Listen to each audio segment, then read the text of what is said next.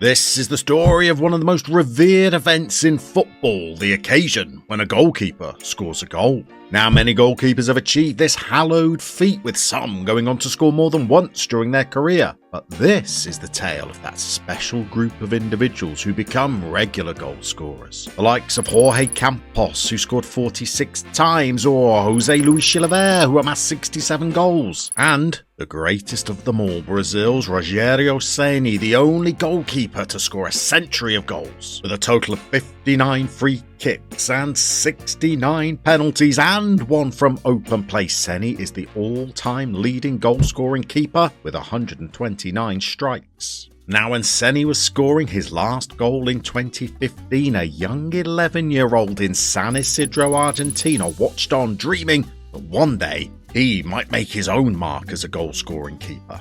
The boy in question was Federico Gomes Gerth. Growing up in an affluent suburb of Buenos Aires, Girth quickly developed a reputation as a shot stopper with an eye for goal whilst playing for the youth side at local club Tigre. But before Girth would make a senior appearance in Argentina, his path collided with Bastien Colbert.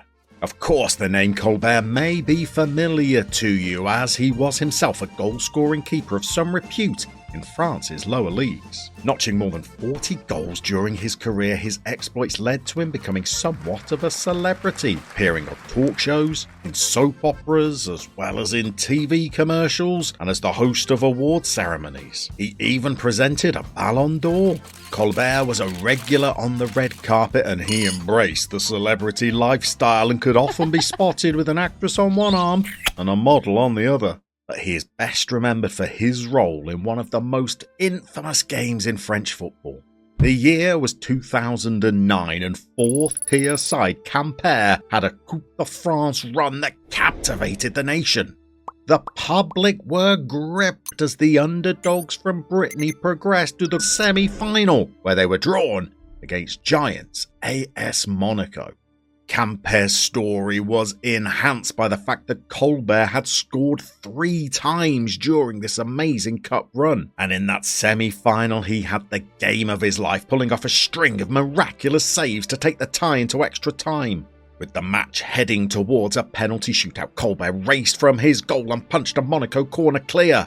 All of France held its collective breath as Colbert players flooded forward on the counter-attack. Their centre-forward bore down on goal, about to release a shot that would have taken the Minnows to an unlikely final, before a scything tackle from a Monaco defender halted his progress. The shrill of the referee's whistle was greeted with gasps from the stands as the official pointed to the spot.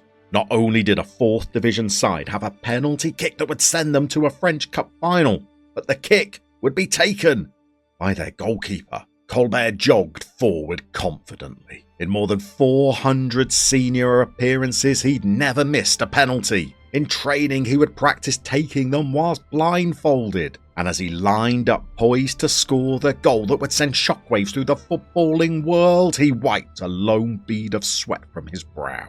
He strode up to the ball and struck it firmly towards the top corner of the goal. He watched as it curled perfectly towards the net, already raising his arms triumphantly skywards to celebrate the greatest goal of his long career. But as the ball travelled, it continued to curl. Colbert watched helplessly as the ball smacked against the crossbar. He'd missed the first penalty kick of his career, and on the biggest of stages. He sank despondently to his knees and put his head in his hands without realising that the game was still going on. A Monaco defender had collected the ball as it rebounded off the woodwork and was now leading the charge upfield. By the time Colbert realised what was going on and began sprinting back, a Monaco forward was already racing towards goal and had the simple task of stroking the ball into the unguarded net. There was barely enough time to restart the match before the referee blew the final whistle. Colbert was disorientated. Teammates consoled him as Monaco players celebrated that he was in shock. He ran past journalists that clamoured for a post-match interview and disappeared down the tunnel. For weeks afterwards, Colbert's miss was played on news channels across the nation. Children would reenact the event in the playground, and doing a Colbert even became French slang for choking at the decisive moment.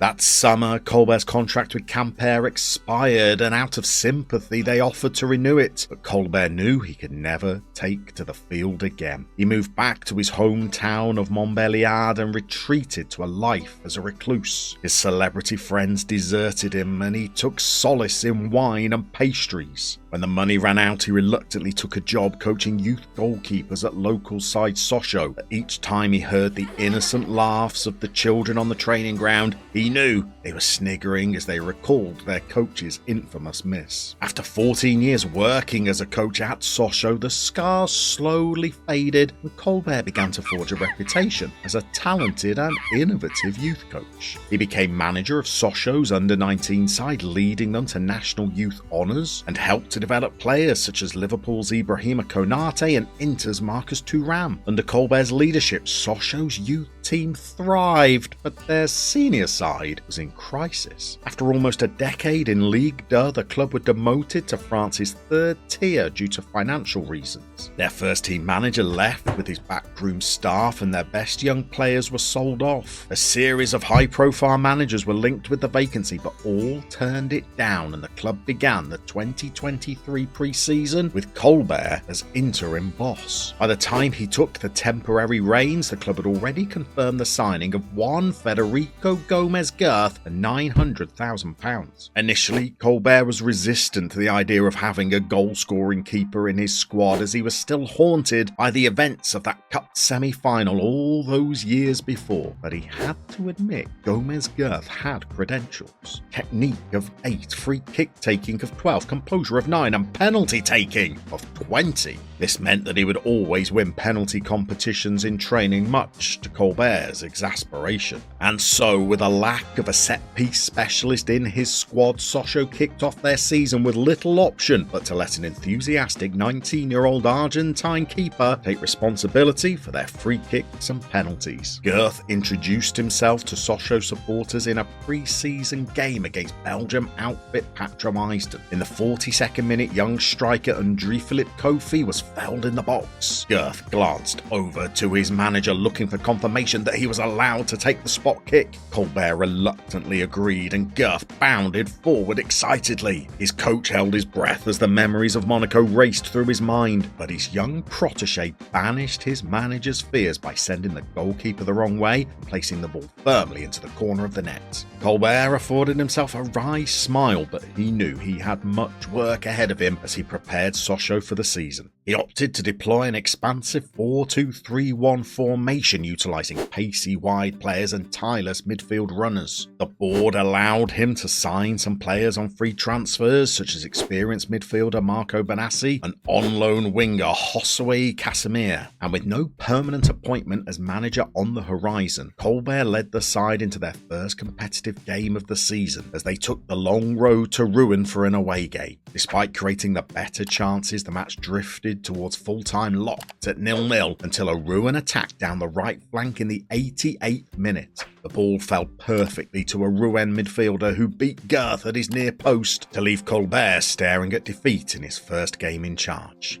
In response, the manager sent on experienced winger Jodel Dossu as a substitute. Deep into stoppage time, Dossu played a searching through ball forward that the Rouen defence failed to clear. With one touch, the winger controlled the ball on his instep before crashing a 25-yard strike past the Rouen keeper to give Colbert a draw in his first game in charge. Had Sochaux lost that first match, the board may well have acted swiftly to bring in an experienced first-team coach. But instead, Colbert guided Sochaux to victory in each of the next 3 matches, and in the next game, a bond between Colbert and Girth was formed that would span the next 2 decades. On a warm evening in early September, Sochaux travelled to a Friday night fixture away at Martigues. Colbert's men fell behind early, but in the 31st minute they were awarded a penalty. Since his goal in pre-season, Colbert had come to accept that Federico Gomes Gerth would be the team's penalty taker. He'd spent hours talking with the young Argentinian, explaining the attention that a goal-scoring keeper would attract and how high-profile any misses would be, even showing Girth YouTube clips of his infamous miss against Monaco. Girth could see the pain his manager still felt about the incident, but it didn't dampen his enthusiasm to score goals. In fact, It made him even more determined to succeed so that he could repay his manager's faith. And in that game against Martigues, he had his first opportunity to do so. As he ran forward, he turned and gave his manager a confident thumbs up whilst Colbert looked on anxiously. But Girth was focused, and what's more, he was accurate, confidently placing the ball into the side netting. As Colbert had predicted, this goal attracted the attention of the national media, but in the days that followed, the young keeper preached the same message in every interview with reporters. This goal was for his coach. Fans didn't need to wait long to see another goal by their keeper. Later that month, an unbeaten Sochaux faced Dijon at home. A win for either side would send them top of the table, and Sochaux made a dream start, taking the lead inside 60 seconds. And on 40 minutes, the Stade Auguste Bernal were on their feet once more as Girth treated the 12,000 spectators to his second goal of the season. He notched his third against Versailles in the next home fixture before a cup tie that really caught the attention. One of Girth's heroes was Jorge Campos, who played as both a goalkeeper and a striker during his career. Girth would frequently play up front during training sessions, and at 6'4" tall, he was a menacing target forward. In the lead up to Sochaux's 5th round cup game, Girth pleaded with Colbert to start him up front so that he could showcase his attacking talents. With the side still unbeaten in the league, the press was speculating that Colbert could be awarded the manager's job full-time, and the coach was keen to rest his forwards for the cup game, so he relented and started Girth up front. It didn't take long for his faith to be repaid as Girth beat a defender to a lofted ball into the box, sending a looping header into the goal, and he added a second from the penalty spot in the second half during an 8-1 victory. Midway through October, Girth had scored 5 goals and was becoming a major talking point in French football. Journalists flocked to the training ground hoping to grab a few words with the man they had nicknamed Le Girth. But during each interview, the goalkeeper would politely smile and modestly reply that his goals were due to the coaching he received from Colbert. He went on to score his 6th, and then his 7th, and his 8th goals, all from the penalty spot, but would have to wait until March before he added his 9th and 10th in successive fixtures. By April, Colbert's energetic young side were lifting the title and celebrating promotion, but Le Girth was unsatisfied. Despite notching 10 goals, 9 had been from the penalty spot, and he had not yet hit the back of the net from a free kick. That changed during a game against Niort in early May. Le Girth had already notched his 11th of the season, taking a penalty by the time Portuguese fullback Amilcar Silva was tripped on the edge of the box. This was the moment Girth had waited all season for, and he made no mistake as he curled the ball into the corner of the goal to secure his second brace of the season. He scored Sochaux's final goal of the campaign in a 4-1 victory against Llama, leaving him with 13 strikes in 38 appearances, in a season that ended in promotion for Sochaux and a permanent contract for the coach that had led them to the title. However, as the pair celebrated success, a sinister presence loomed in the background.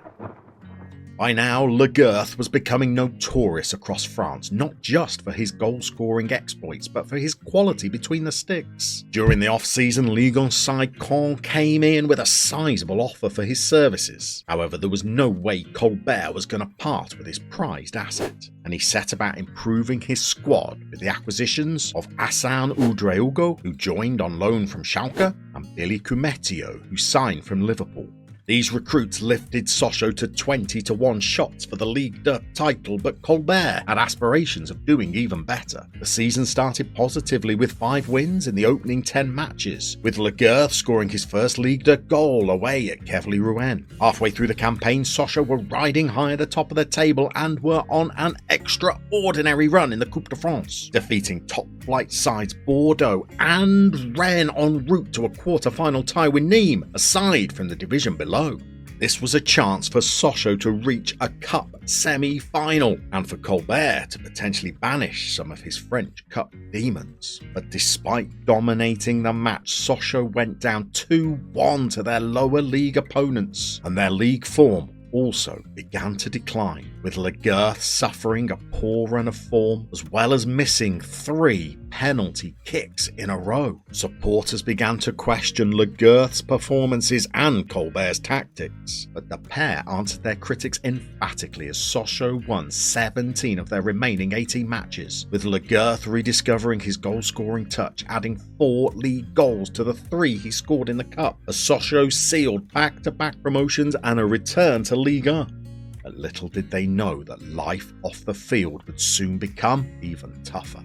Following the investment in the squad last campaign, Sochaux had no budget to spend on players, so Colbear set about bolstering the ranks with free signings, such as experienced striker Enzo Crivelli, backup goalkeeper Zach Stefan, and midfield schemer Edouard Michou, who was released by PSG. Despite the success of the past 2 seasons, the pundits expected Sochaux to struggle, and an immediate return to Ligue 2 was a distinct possibility. However, the season began encouragingly with a 2-1 home win against Nantes, before draws were earned against Metz, and then Le Havre, and also Bordeaux, along with a victory against Reims, which meant Sochaux were unbeaten in their opening 5 matches. However, optimism was short-lived and defeats followed against Brest, South Coast outfits Nice and AS Monaco, and even in matches Sochaux were winning, the side were conceding lots of goals, with fans questioning Girth's form and Colbert's cavalier approach. Pundits alleged that the manager was more concerned about creating a tactic that would win free kicks and penalties for his protégé to take than he was about ensuring survival. And when the transfer window opened in January, social media was abuzz, with pleas by supporters to strengthen the defence. But Colbert trusted the squad he'd assembled, and this bold approach produced some memorable victories against the likes of Strasbourg, as well as traditional powerhouse Lyon. But there were also heavy defeats against the likes of Marseille, Racing Club Lens, and of course PSG.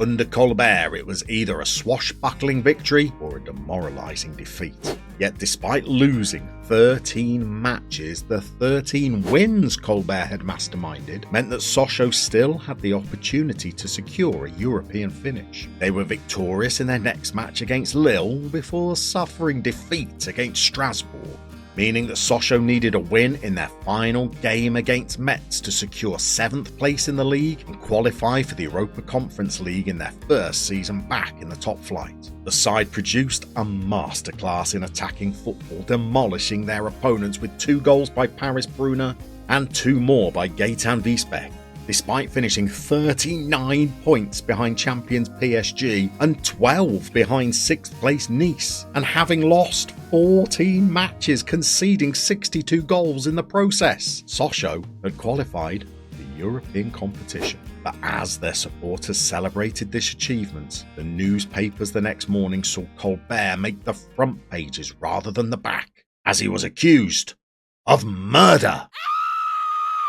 At the height of his fame many years ago, Colbert had appeared in commercials, on game shows and in magazines. At one stage, the press nicknamed him Oui, given that he would agree to anything if the fee was right. One such opportunity had emerged many years ago as his agent spotted the chance to launch Colbert's music career.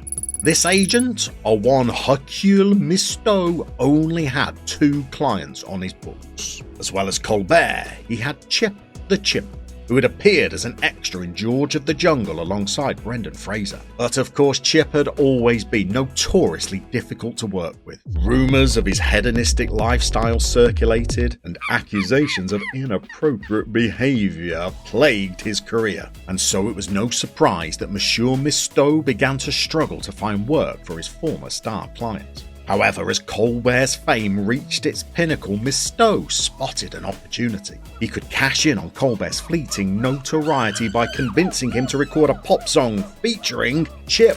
The novelty would catapult the pair to unprecedented stardom and would make a tidy sum for Monsieur Misteau. On the day of the recording, all was going well until Colbert reached the first verse of their cover of The Monkees' Daydream Believer. At this point, Colbert had the sudden realization that this was a commercial opportunity even he should have turned down. He looked over at Chip, wailing into the microphone, and he knew that launching a music career would make him a laughingstock. This was a gimmick so crass, not even Colbear could go through with it.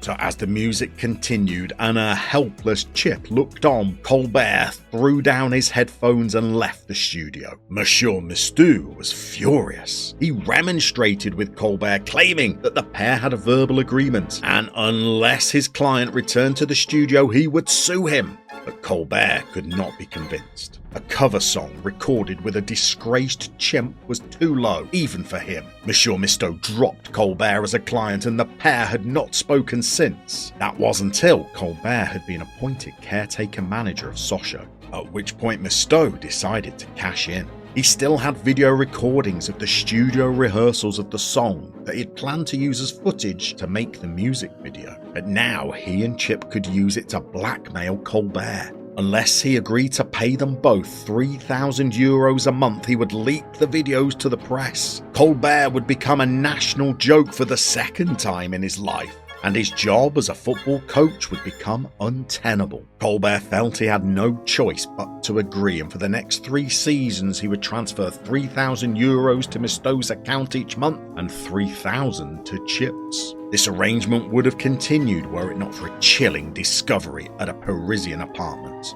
Police arrived to find the lifeless body of Chip the Chimp lying on the floor. Monsieur Mistou was called in for questioning, and he pointed the finger of suspicion firmly in one direction. He told the police that Chip had been bribing Colbert, and that he must have confronted the chimp, conveniently admitting that it was him that had been the architect of the scheme all along. "This murder is a clear act of revenge," he declared. Understandably, a murder allegation put a bit of a crimp in Colbert's preparation for the forthcoming season. This would be Sochaux's first campaign in Europe for many years, and they remained Ligue 1 underdogs and 250-1 shots for the title. Money remained tight, with the only players arriving being on free transfers or loans, and the pressures of an ongoing court case and lack of transfer activity resulted in a slow start to the season for Sochaux, losing 5-1 to Monaco on the opening weekend, 6-0 to PSG at the Parc des Princes, as well as further defeats against Strasbourg and Lyon. The form of Girth also suffered, and he registered just 1 goal in his opening 13 matches, as further heavy defeats followed against Marseille, Monaco, Nice and Crystal Palace as Sochaux began their European campaign. After 20 games, Sochaux languished in 10th position, having won just 6 of their matches. They made it to the last 16 of the Conference League before narrowly losing to Fiorentina, before the team rallied in the final games of the season, securing 4 draws and 5 wins to secure a 9th place finish, narrowly missing out on European football for a second successive season. Girth scored the club's final goal of the campaign with a majestic free kick, his 33rd in senior football, bringing him level with Hans-Jörg Butt, the legendary German keeper, but he still remained almost 100 goals short of Rogério Ceni. That summer, the Colbear murder trial began, and France spoke of little else. The case was televised, and the entire nation heard the sordid tale of Colbert's past and the pop song that was never released. The prosecution made a strong case, arguing that Colbert had become enraged when Chip had tried to increase the amount of money he was demanding each month. As the trial reached its conclusion, it looked as though Colbert would lose not just his job, but also his freedom. But then there was a dramatic legal twist. Colbert's lawyers called Chip's girlfriend Juliette to the witness stand. For hours they questioned her about Chip's behaviour and relationships in the months before his death. And then they produced their bombshell piece of evidence. Phone recordings of Chip talking to other lovers, email exchanges that proved his many affairs, and photographic evidence that Chip had been in relationships with other celebrity chimps and had been paying them hush money not to reveal his sordid secrets to Juliette. The defence even produced recordings of Chip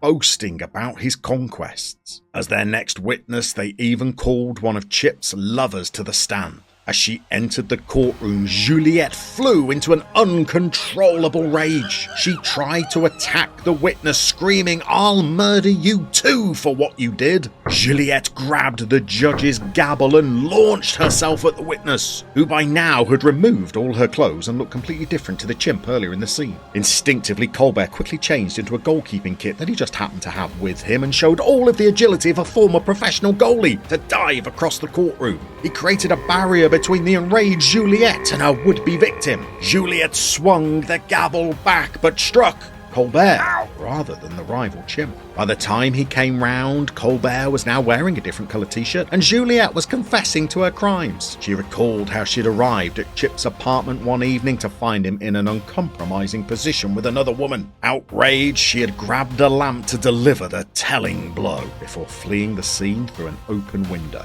Colbert was pronounced innocent and even presented with a medal of bravery for his courtroom heroics. And as he walked free, the Wren board waited outside, offering him an attractive proposition to take over their club. That summer, Lyon also made an audacious attempt to poach Gomes Gerth, but unburdened after the culmination of the court case, the duo set about delivering Sochaux's best season in decades. It began by them shattering the club's transfer record, signing Paris Brunner for £10 million, a prolific scorer for the club during 2 seasons on loan. Sasho made an encouraging start as Girth scored the second goal in an opening day win against Lille, and he added 2 further goals during the opening 10 fixtures, leaving Sochaux firmly in the hunt for Europe. And then Sochaux began to find consistent form. They may have succumbed to a 3-0 defeat to PSG, but they beat Reims 6-0, scored 4 times against Clermont, notched the same tally against Brest before defeating Lorient 3-0.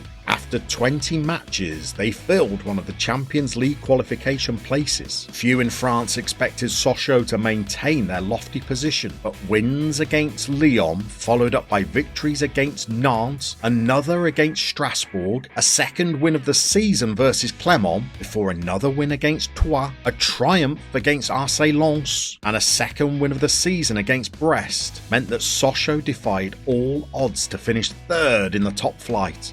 Girth had registered 7 goals in all competitions, but the season was not over, as Colbert had guided Sochaux to the final of the French Cup. In the semi-final, they'd been victorious against Lens, but waiting in that final would be PSG, a side that had scored 8 goals against Sochaux in the last 2 games. Kylian Mbappe gave the Parisians a 20-minute lead, and Aymeric Laporte added a second shortly after. But in first half stoppage time, Sochaux won a throw-in. They worked the ball to Ismail Garbi, who made his way into the box before striking the ball past Donnarumma in goal. Sochaux pressed for an equaliser, and in the 68th minute they were aided by a sending off to Manuel Ugarte. And for a moment, Colbert was hopeful he might vanquish his French Cup demons from his own playing career. Sadly, Sochaux were unable to find an equaliser, and a superb season ended in disappointment. But Colbert's managerial magic did not go unrecognised as Lens made a summer approach, but Colbert remained loyal to the Sochaux project and Lens appointed Gennaro Gattuso. The promise of Champions League revenue gave Colbert more room to manoeuvre in the transfer market, and he spent £13 million on 6'8" centre-back Isaac Touré, £1.3 million on Croatian midfielder Luka Vabancic, and £2.7 million on full-back Marc Boubal. And for his final signing, Colbert turned back time to secure the free transfer signing of Cher from PSG. However, the squad remained small, and competing domestically and in the Champions League proved to be a challenge. Sochaux's only victory in the league phase was a 5-1 demolition of Ludogorets, and Girth was unable to register his first Champions League goal. However, domestically, Girth had his best top-flight goal-scoring campaign to date. He notched 8 league goals as Sochaux qualified for Europe once more by virtue of a 5th-place finish, and Girth added 2 more goals in the French Cup, making it 10 strikes in total for the season, as Sochaux went on to reach a second successive Coupe de France final.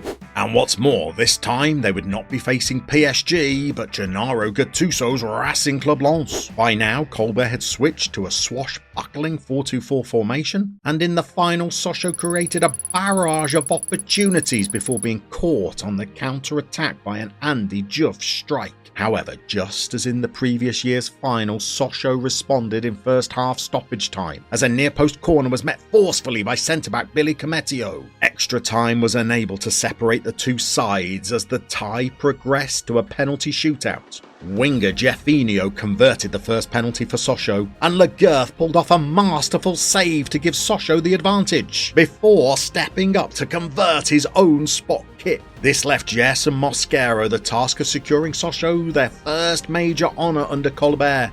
As the coach stood poised to celebrate, Mosquera decided to try and seal the win with an audacious Panenka that drifted harmlessly into the goalkeeper's hands.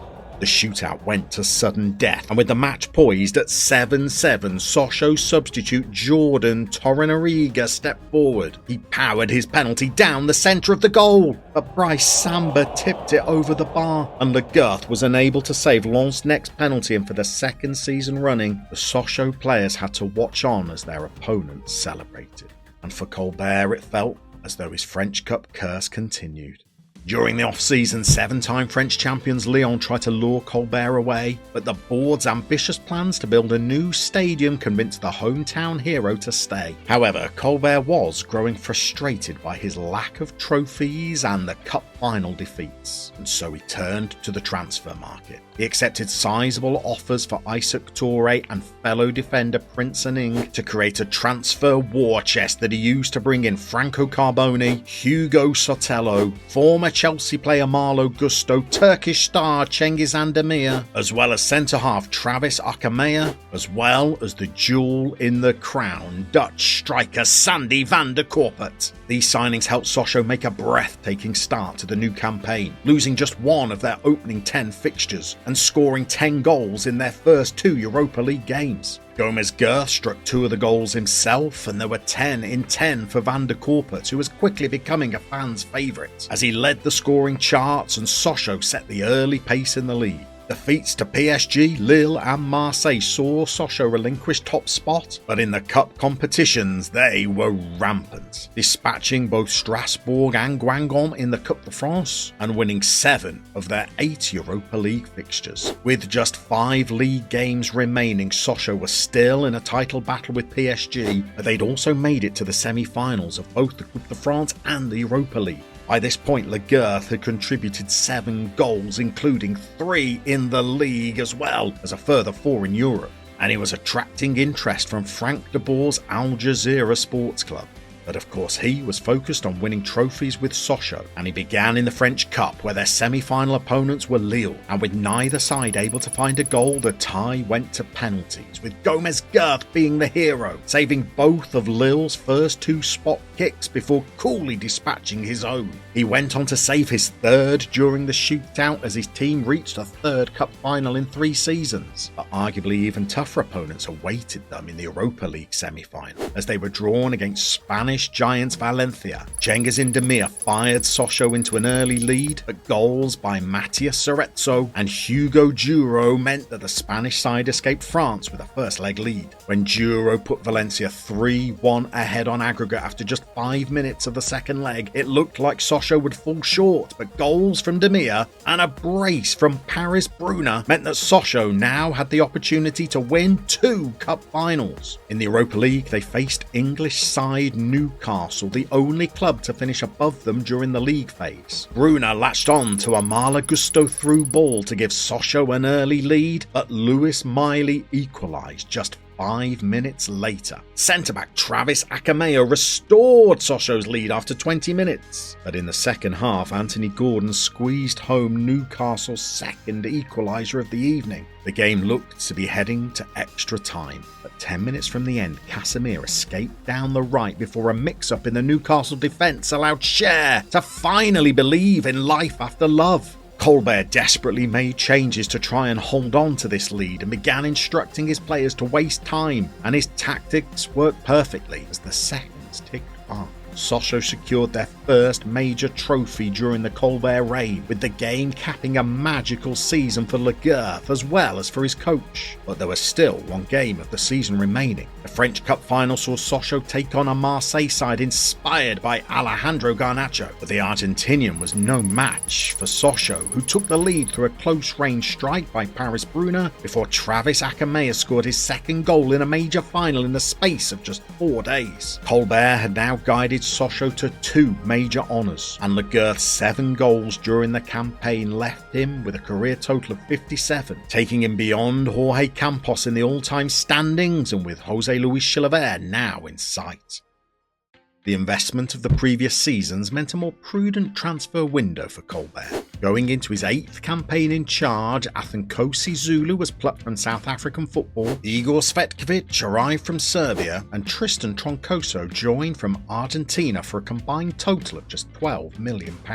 There were plenty of familiar faces in the dugouts across France for the 2030-31 season, with World Cup winner Laurent Blanc as calm boss, Fernando Torres had taken over at Lens, Brendan Rodgers was calling the shots in Lille, Marco Silva traded London for Lyon, Steve Cooper had made his way to Rennes, Vincent Kompany was overseeing the Reims Revolution, and there was a Tedesco in Toulouse, all while Luis Enrique continued to guide PSG to trophies. Europa League holders Sochaux took on Champions League winners PSG in the UEFA Super Cup, suffering a bruising 5-1 defeat, off the back of already losing 3-0 to the same opponents in the Trophée de Champion. With just 1 win during the opening 4 league games, it was a slow start for Colbear and Girth, but 8 wins in September and October saw an improvement in both League and Champions League form. Despite still not registering his first Champions League goal, Girth had scored twice in the league and 3 times in the French Cup as Sochaux climbed to 5th in the table. They progressed to the quarter-finals of the Cup and qualified 4th in the Champions League, but unfortunately this was as good as the season got, as they crashed out of Europe at the round of 16 stage to domestic rivals Nice, experienced penalty shootout heartbreak once more as they lost 10-9 to Metz in the French Cup semi-final, and seemingly missed out on qualifying for the Champions League by a solitary point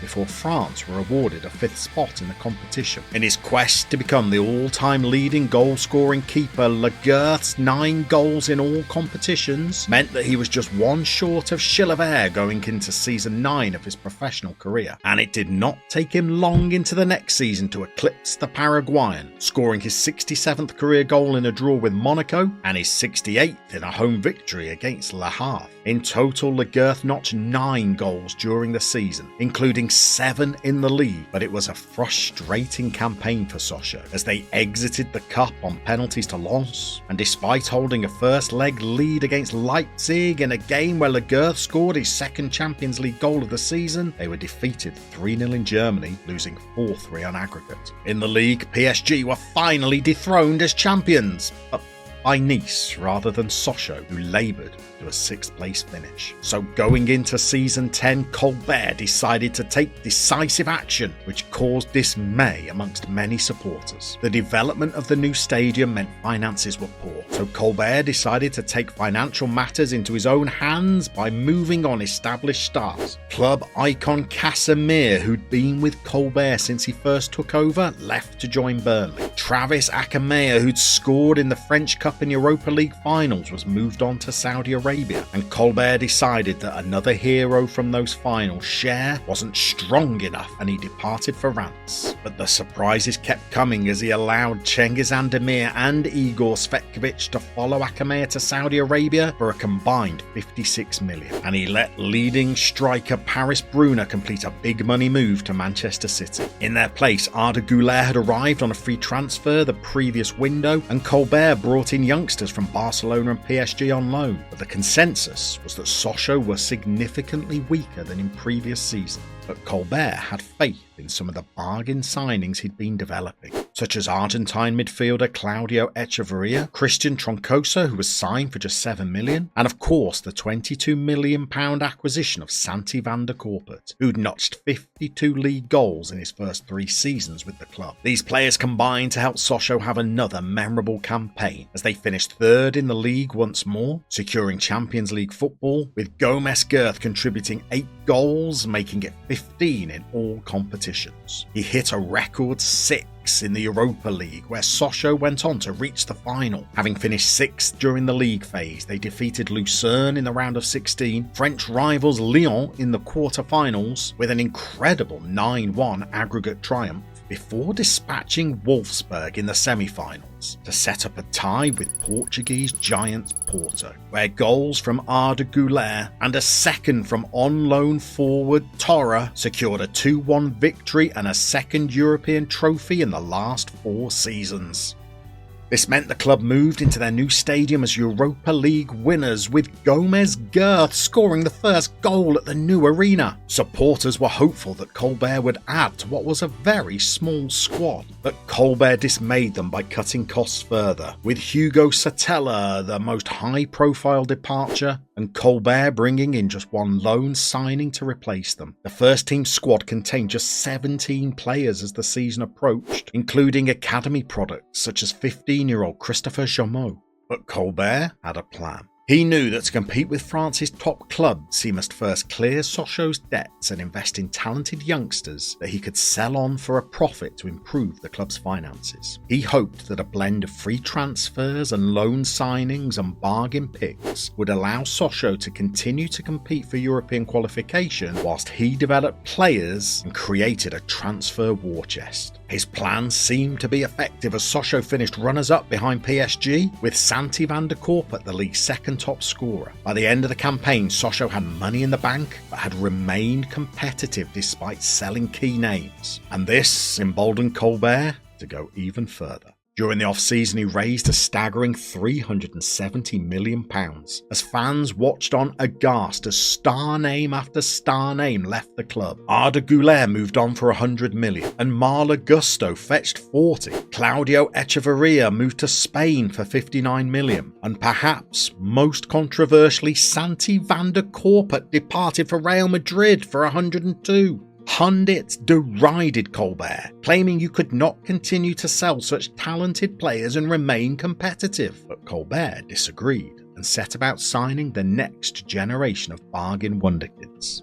Jorge Rodriguez arrived from Sporting, Matthias Salah replaced Van der Korp, Saïd Jabbour made the move from Reims, and Hugo Vergès swapped Anderlecht for Ligue 1. An assortment of free transfers, former on-loan players and bargain signings added depth to the squad, and Colbert still had money in the bank. The new signings took a while to gel, but they made it to the last 16 of the Champions League and finished 6th in Ligue 1, and for Gomes Gerth it was another successful campaign personally during his testimonial year. Now aged 31, he added a further 11 goals in all competitions, including his 100th senior strike scored in the Trophy de Champion curtain raiser against PSG during a thrilling 3-2 victory, and this campaign left Le Girth on 110 career goals, 19 behind Rogerio Ceni. But how many more seasons did Le Girth have at the top level? Season 13 began with Colbert completing his squad rebuilding with the funds he generated over the last year. In particular, he wanted to add firepower to his squad, so Fraser Sharp arrived from Rangers and Till Fiend arrived from Stuttgart.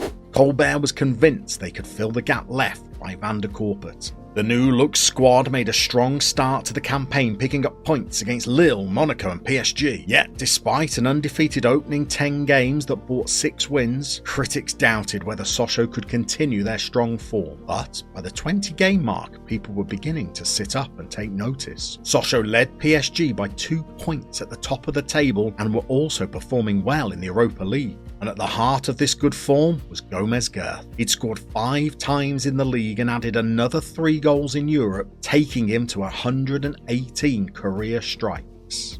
In early February, Girth took to the field in a fixture against PSG that was being billed as a title showdown. Colbert's record against Luis Enrique was poor, but a 2-2 draw at the Parc des Princes earlier in the year left him in confident mood, and he was convinced that they could triumph in this fixture before going on to lift the Ligue 1 title the first time in 98 years. Both teams made a frenetic start to the game, and Ouedraogo put Sochaux in front after 3 minutes, before Fraser Sharp added a second, but PSG found a response in just the 11th minute. But what happened next is still spoken about in French football to this very day. After just 16 minutes, Christian Troncoso stole in at the far post, and Sochaux just kept scoring.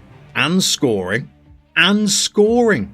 Eventually running out 6-1 victors. This victory left them 4 points clear of their rivals with a game in hand and heaped the pressure on Luis Enrique, who was attempting to win his 12th Ligue 1 title in his 13 years at the club. But Sochaux had a coach determined to upset the odds and win his first. Despite exiting Europe at the hands of Spurs, as well as a league defeat away to Lyon, PSG also faltered away at Montpellier, and Sochaux went into their final 4 fixtures with the title within their grasp. They'd been spearheaded by Fraser Sharp, who'd struck 20 goals in his debut season, and Matthias Salah, who'd amassed 11 assists. They had their first chance to seal the title away to Eddie Howe's Nice. Sochaux raced into a 2-goal lead with goals by Salah and Udrago, only for Dominic Szoboszlai to inspire a comeback for the side from the Côte d'Azur, who ran out 4-3 victors. This gave Sochaux just 2 further opportunities to win the league, with home fixtures against Lens and then Monaco on the final day. Journalists speculated that Sochaux's lack of experience would cost them, and many experts predicted the defeat to Nice would lead to an anxious end of the season. But against Lens, Sochaux demonstrated why they were forging a reputation as one of the most dangerous teams in Europe. Till Fiend calmed all nerves after just 18 seconds, and Stéphane Rivière fired home a second just a minute later. 38,000 fans were treated to an afternoon they would never forget, as Sochaux sealed the title with a resounding 8-0 win. Fraser Sharp scored the goal that allowed him to top the Ligue 1 scoring charts, and Matthias Salah both created and finished chances. Colbear watched on as his team held the Ligue 1 trophy aloft.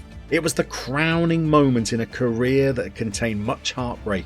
The missed penalties and the murder allegations all melted away as he basked in the triumph of his achievement. In his post-match interview, Colbear hinted at retirement, admitting he'd finally exorcised the demons from his playing career. But any thoughts of riding off into the sunset were dismissed by his goalkeeping protege, who grabbed the microphone and reminded the reporter that the pair had one trophy they'd still not won. Girth was desperate for Colbert to continue as coach. He was now just 6 goals shy of Rogerio Cheney's record of 129 career goals, and in truth he realised that his career at the very highest level was winding down, and that a new Sochaux manager would probably look to sign a replacement keeper. But if Colbert would remain at the helm, he could carry on scoring. To his delight, his boss signed a new contract and began preparing the squad for another title battle with PSG. Relatively few acquisitions were made as Colbert showed faith in the squad that had triumphed the year before, and for Gomes Gerth, his focus this season was on Champions League glory, as well as scoring the 7 goals required to become a goal-scoring legend. Unfortunately, Sochaux's Champions League campaign was disappointing, and as October reached its conclusion, Gomes Gerth was yet to register a goal during the season, but he never lost faith in his set-piece ability. His 124th career goal came from the penalty spot against Auxerre, and 2 matches later he curled home a free kick against Basel, before slotting home a penalty against Troyes in his next outing. By Christmas, goal number 127 was scored against Toulouse, and number 128 and 129 were secured in a Coupe de France rout of hapless La Roche-Vendée. This left Girth needing just 1 more goal to eclipse Rogerio Cheney's record. But then, out of nowhere, the goals dried up. 10 more matches came and went without beating the record, and as the season reached its final stages, even Girth himself began to wonder when his next goal-scoring opportunity would arrive. The answer was the 28th of February 2037 as Sochaux hosted Lyon. Sochaux were leading 2-1 in the second half, and Fraser Sharp exchanged passes with Christian Troncoso before being felled in the box. Referee Stephanie Frappard held her hand to her ear, waiting for the video referee to confirm whether it was a foul. Sochaux fans held their breath, knowing that they could be about to witness history.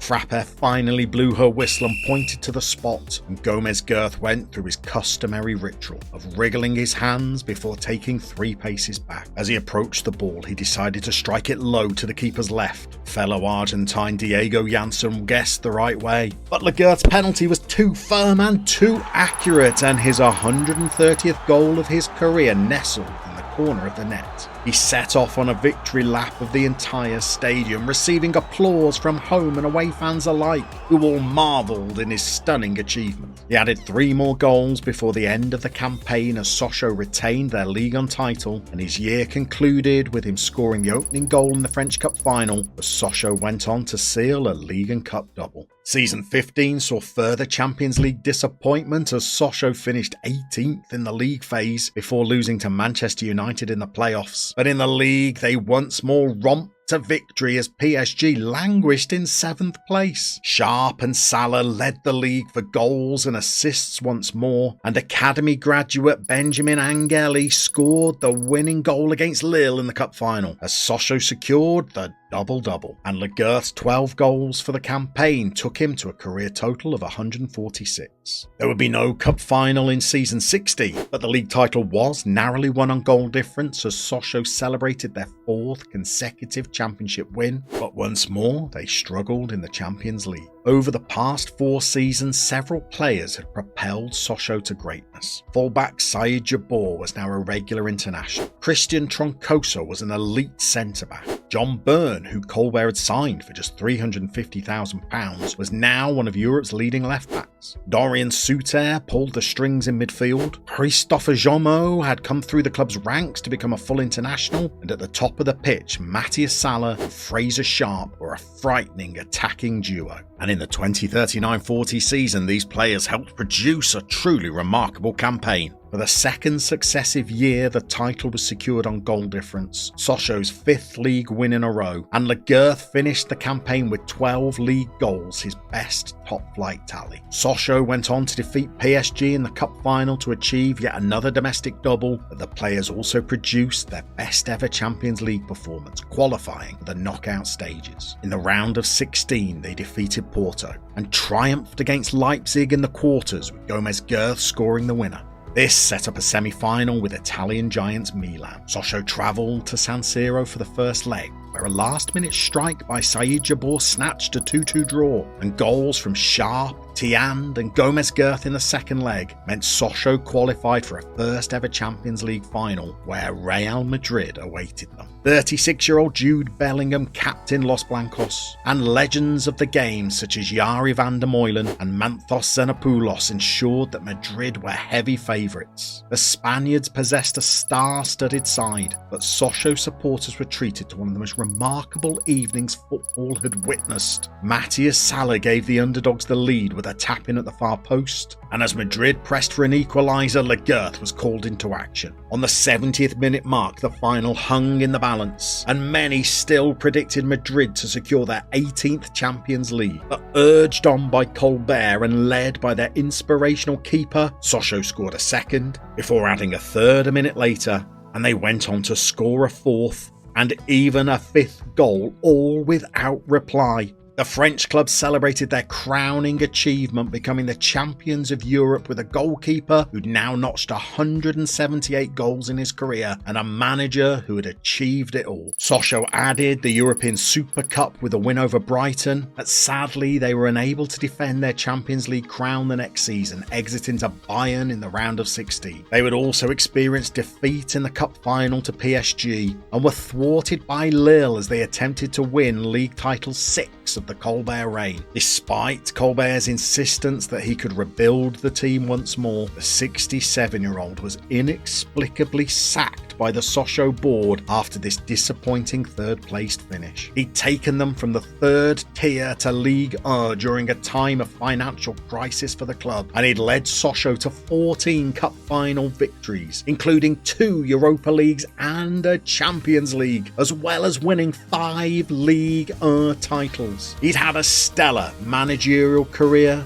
but football is merciless, and he was replaced by Juventus boss Roberto De Zerbi. The Italian returned Sochaux to the champions of France once more, but it was Colbert's name that supporters still toasted as they lifted the trophy aloft, knowing that they would be forever indebted to their charismatic coach. Federico Gomes Gerth would make just one substitute appearance under De Zerbi and announced his retirement at the end of that campaign. In 19 seasons with the club, he'd won 22 trophies and scored 187 goals, 58 more than his idol idol Rogério Ceni. As the curtain came down on one of the greatest careers in French football, it was his former coach and mentor that was there to meet him at the final whistle.